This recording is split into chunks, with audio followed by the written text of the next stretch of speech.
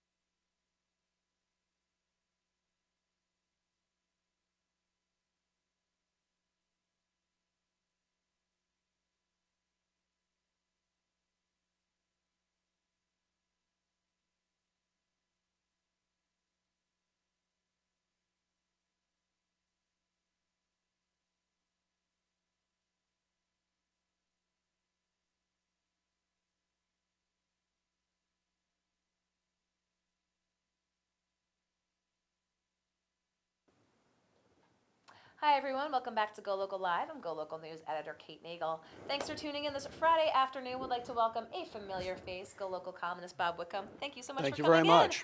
Appreciate it. Big breaking news as we speak.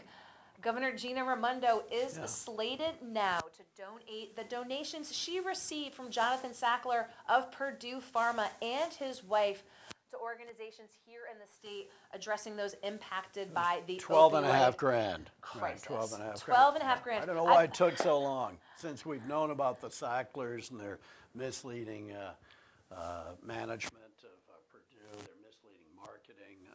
Tens of thousands, actually hundreds of thousands of people have died in the opiate epidemic.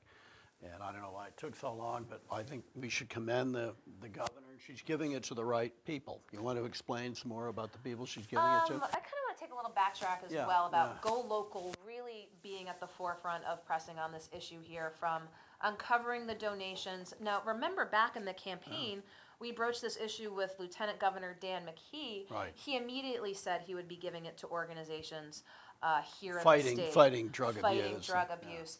But I'll tell you, this past couple of weeks, the issue of the Sacklers and their money has really reached a head between museums saying they'll be no longer taking any money. They got to from the remove all Sacklers. those bronze flags. They got to rename that big building up at Harvard. But Harvard did need the money. I mean, Harvard has just been, it's on, everybody up there in the staff is on food stamps.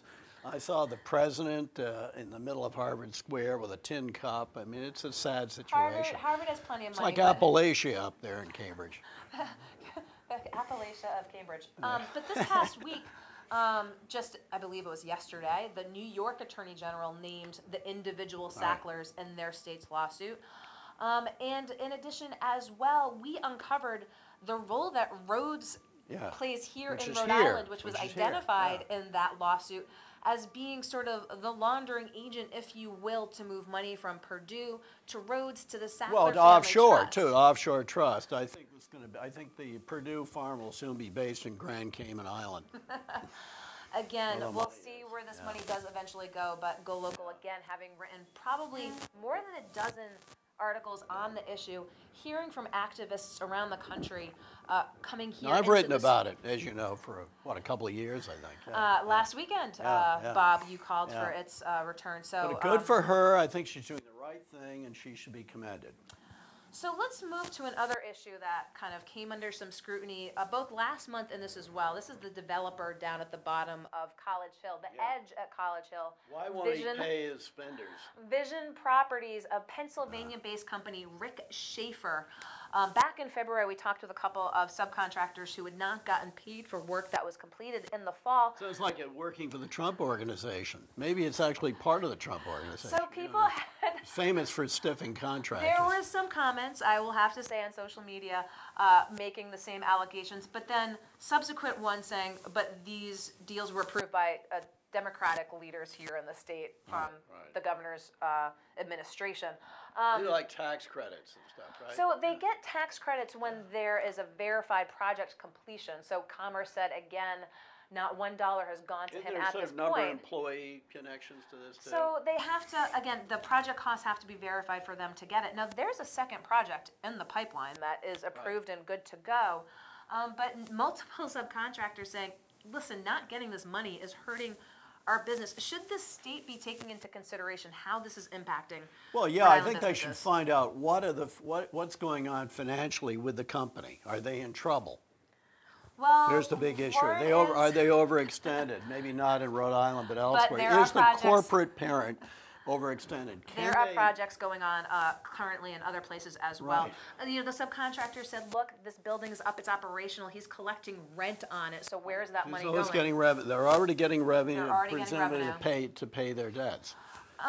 Should the state consider this, though, for the next project? Well, yeah, I think they have to look at this carefully. I have to go into their profit and loss statement to know more of the employees, the revenue, what's their overall status in the parent company, in the Pennsylvania company. But I think certainly the state has an obligation, given the delay in paying vendors, local vendors, mostly probably Rhode Island, Massachusetts. It's hurting them, cash flow. And it could hurt, it could drive some of these vendors into bankruptcy. So I think the state has an obligation to look at the current financial condition of this company and take action. And the action may be to bar further deals with them. We'll see moving forward. Especially as we may or may not be going into a recession.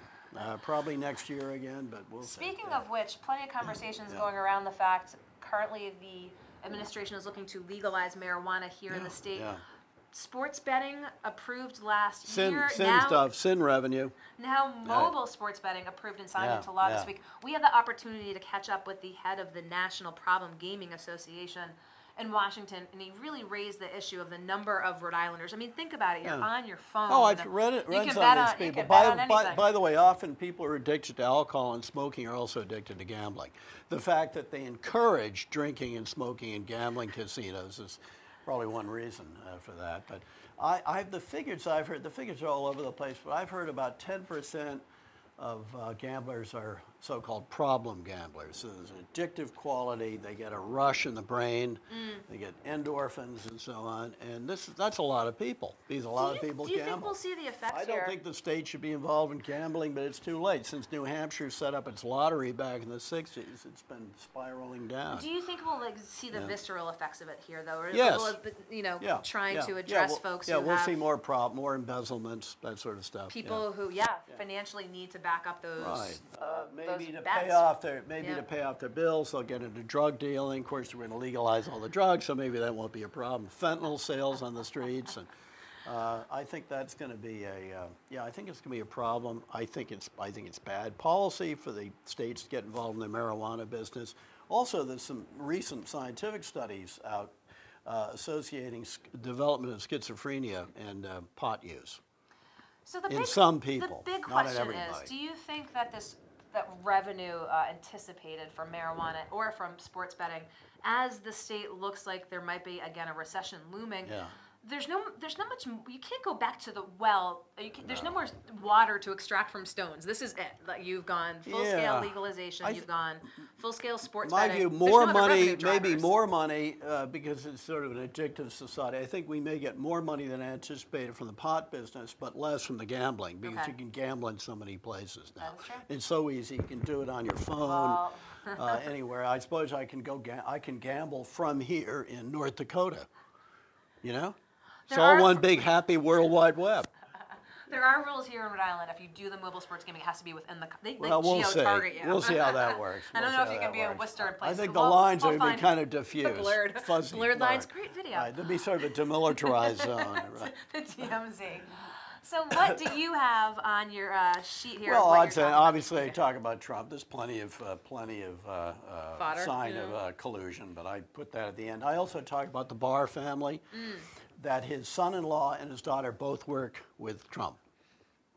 And the daughter, most interestingly, is going to be working in the financial crimes unit of the Treasury Department. So she'll be able to give Mr. Trump a heads up if some explorations of his seamy finances proceed. Too many cozy stuff. And then the son-in-law, William Barr, the Attorney General's son-in-law, will be working directly in the White House counsel's office. It's a cozy world we live in. Sure, it's a delightful world. Also, beach fees, we talk about that. I think it's a mistake. I think they ought to raise them a little bit to improve the beaches, but they won't be able to get nearly enough from campground fee increases. So I think that's a mistake, politically popular. Well, should they have said at the outset, and I know it's not codified in law here in Rhode Island, but said, we're going to ensure this is a dedicated revenue stream? Because I think the public pushback was, you're going to get the money. It's not going to go to the use it for something else. You use it for, for fine dining in Providence. There's a need for resources for the beach. Well, way down, and people who work there to clean it up, to maintain it, let alone improve it. So I think that's a mistake. It'd be a popular mistake. And then I talk about somebody. There's actually a lot of little items there. A couple of little quickie book reviews. Some writer, I think in the Washington Post, the New York Times, made the good point that one of the problems in the college admission scandal, that applying to college has become so complicated. Complexity favors the rich in taxes or anything else. In my town, like when we had to take the SATs, the guy in charge of that, the teacher in charge of that, 2 weeks from Saturday, you'll take the SATs, get plenty of sleep, and bring 3 number two That was the pencils. prep. That was prep. it. Now That was the it's prep. incredibly complicated, expensive, And it favors the and rich. so on. And it favors the rich. The other thing is sort of getting on my moral and probably hypocritical high. I wish we paid more attention to the kids' honesty, dignity, and character than at what college they went to or Hear, going hear. to. Hear, you know? hear. Well, you have to read all about it this Sunday on GoLocalProv.com from GoLocal columnist Bob Wickham. Thank you for coming in. Thank you, Kate. Appreciate Thank you. it. Don't go anywhere. We're going to be Happy right back weekend. here on GoLocal Live. It's Rhode Island Kaha Week. We'll be right back.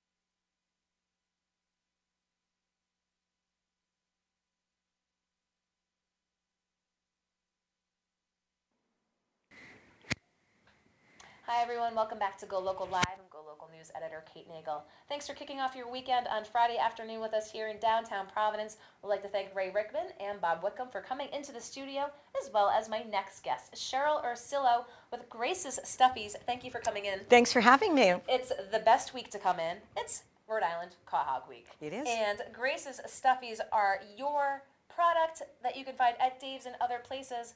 But let's back it up a little bit. I want the story. I want the Grace's Stuffies story. Because we can say stuffed quahogs, but everyone knows they're Stuffies.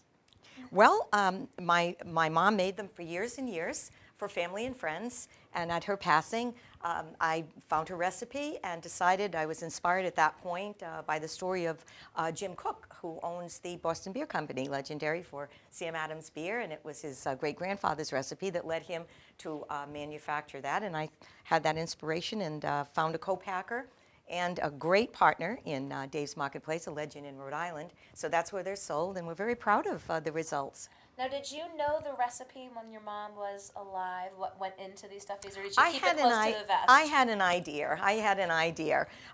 As you will when you try them, because you can taste the seafood in there. You know there's scallops and clams, and it's a little bit of a kick there at a little heat. So you know that it's pepperoni, I can tell you that. Full disclosure. Ooh, fun. So it is. It's a delicious recipe. It's not bready. It's certainly not watery, but it definitely is moist. Very rich. You can taste the butter, and it just sits up nicely there in the shell. So let's talk a little bit about the business itself. You had this idea. You said, I want to do my mom's recipe. I know did. now my next phase of my career in life, I want to do Stuffies. For that average small business person, how did that get off the ground? What did you find? Were there any surprises along the way? So I went to a couple of oddly learning connection seminars on entrepreneurship, and also something sponsored by the Boston Beer Company at the Biltmore. So I was front and center, knowing their story. And there are different ways to go about promoting the business, and I chose to actually engage a co-packer, and I receive essentially royalties for the recipe. So there's a non-disclosure agreement included in that arrangement, and they make it on my behalf. Okay, very good. So you're in Dave's. You can purchase them elsewhere, though, correct? Not at the moment, just but simply Dave's. we're on the verge of Kyler's Seafood off on 195. So for those people in the New Bedford area, Fall River area, and around the Cape, they can certainly, beginning in a couple of weeks, So start what to are pack the their things. plans? You mentioned one location. I mean, what's next for Grace's Stuffies? Well, we've talked to markets in Massachusetts and in going Connecticut. you're bringing Rhode Island and going out, Connecticut, going regional. absolutely, and some restaurants. So we'd like to expand to other venues for sure. How many times a week do you have Stuffies? Me, when I was making them and trying to perfect her recipe, a lot. And friends were, but I would say I usually eat them once or twice a week. Yeah. And it is Rhode Island Cog Week this week. It is. So big celebration. I mean, it's kind of a source of pride. There's a lot of Stuffies around, and you think that you've got. There probably going to be some stuffy competitions. You Well, might need to enter. I kind of think that we've elevated the image of the bivalve. You know, now that it has the designation of being the official shellfish of the ocean state. So we'd like to do our part to make it a source of pride from Rhode Islanders. I think it was Mark Patinkin who said in an article a while ago that the Stuffy is to Rhode Island really what lobster is to Maine. It's become that recognized, and that's closely aligned with our state. So it's a source of pride, I think, for all Rhode Islanders. Absolutely. Again, celebrating a whole week for the Rhode Island Cog Week. Absolutely. Again, Stuffies, so popular. Before I let you go, again, you know, you talked about following your passion. What advice would you give to someone who might be mid-career, Sure. retired, looking to do something else? Would you say follow your passion? To go for it, to just go for it, and to just jump in. You know, you'll never know. I didn't want to be in that point of life where you look back and say, coulda, woulda, shoulda. And you meet such wonderful people. It's a second career for me. I was an educator, retired administrator, and this has been great. Too much time on my hands. Well, we'd like to feature small businesses getting off the ground. And again, Grace's Stuffies will provide links if you want to learn more about them. But again, it is Rhode Island Cog Week, so make sure to do your part and eat some cogs, eat some Stuffies, and more here in Rhode Island. So Cheryl Ursillo, I really appreciate Thank you you so taking much. the Thank time you to so come much. in. And we're going to be back with our last guest here on GoLocal Live, so don't go anywhere. We'll be right back.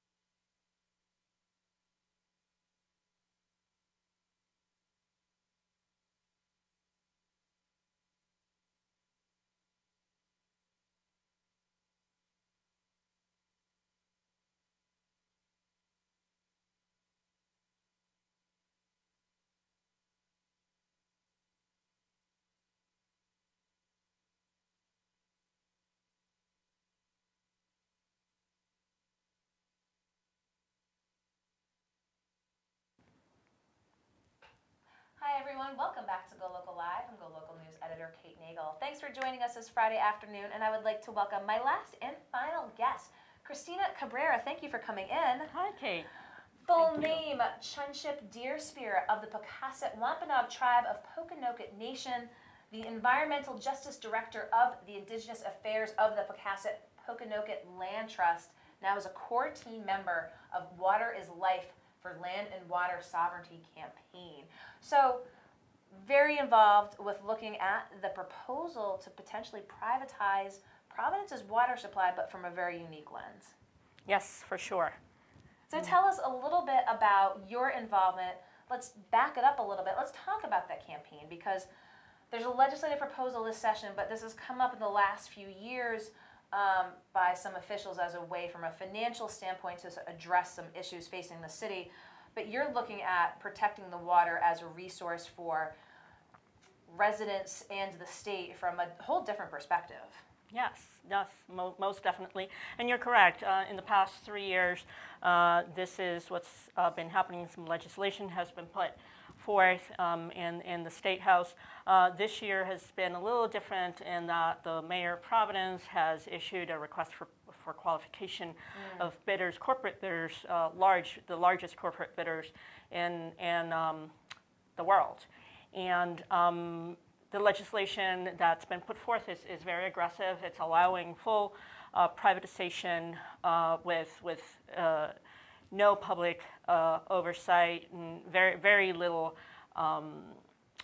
controls and measures, exposing the public health, public housing, environment, labor with potential great impacts. We have statistics and data from over 600 cities who have gone through this process, and we know for facts, we have the evidence of what this looks like and how it impacts our brown, indigenous, and people of color, most low-income, most vulnerable communities.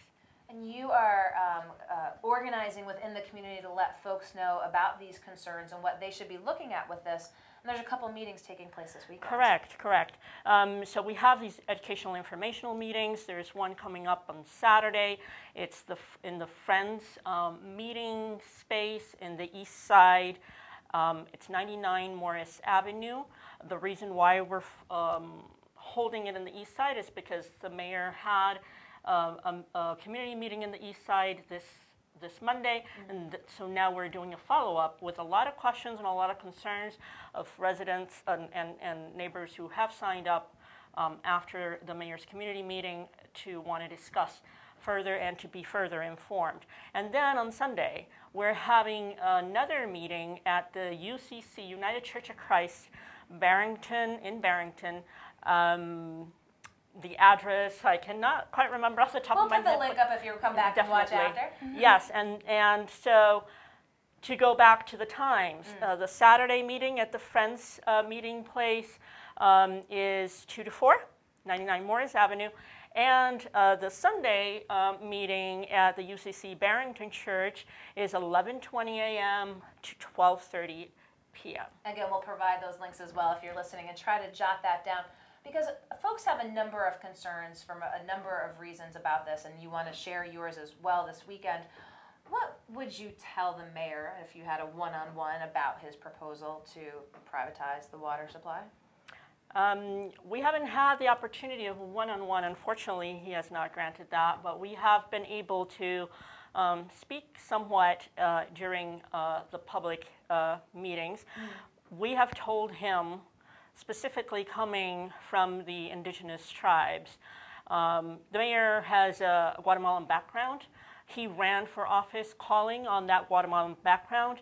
We ask you, Mayor Jorge Elorza, to call back on your Mayan ancestors, which is your roots and your background, to go back to your moral compass and understand that water is not up for sale. Water is life, it is precious and sacred, and it cannot be commodified, monetized, or privatized.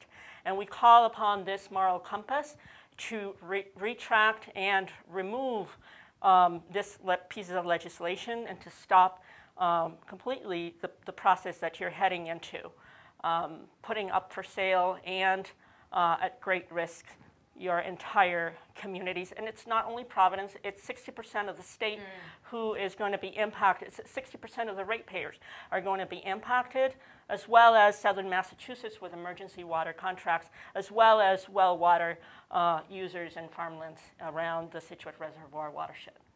Do you think your message is resonating with Rhode Islanders that understand, again, these concerns, and especially, again, from that environmental standpoint, as you said, from the tribal and indigenous standpoint as well? You know, here we are, it's 2019, the world is facing a number of challenges on the environmental front. It sounds like this message is resonating with people. Well, most definitely, and because it's educational and it's participatory, and we give the facts and we give the numbers and we have the data and we have the evidence, not false promises, really it does resonate, because this is something that people understand. Everybody uses water every day. It doesn't matter who it is. You cannot live in a house, you cannot run a business, you cannot run a school, you cannot do anything without water. So it's truly, you can't live in Mars because there is no water. So truly, you cannot, and especially with a climate crisis that is coming up upon us, water being so precious and it's going to be so much, we need to protect it so much. This, to put it in the hands of corporations. And the mayor talks about, oh, we're not selling, we're leasing. You are giving control over a corporation, which has shareholders, and in which the end profit, the bottom line is profit. It is not a human or social environmental organization. It is profit. Well, I appreciate your taking the time to come in here and share your concerns. As you said, number of years now, but now taking it that next step, issuing again those requests for proposals, again with opposition to that legislation, and the meetings taking place this weekend. So we'll provide those links if folks want to learn more or take part this weekend. But Christina, I appreciate your taking the time to come in and share on this very important issue. Thank you, Kate. And thank you all for watching as we're wrapping up here another week in the downtown studio of GoLocal Live. Of course, be back on Monday for Business Monday with GoLocal CEO Josh Fenton. But in the meantime, check out GoLocalProv.com, find us on Facebook, and we wish everyone a great weekend. I'm GoLocal News Editor Kate Nagel.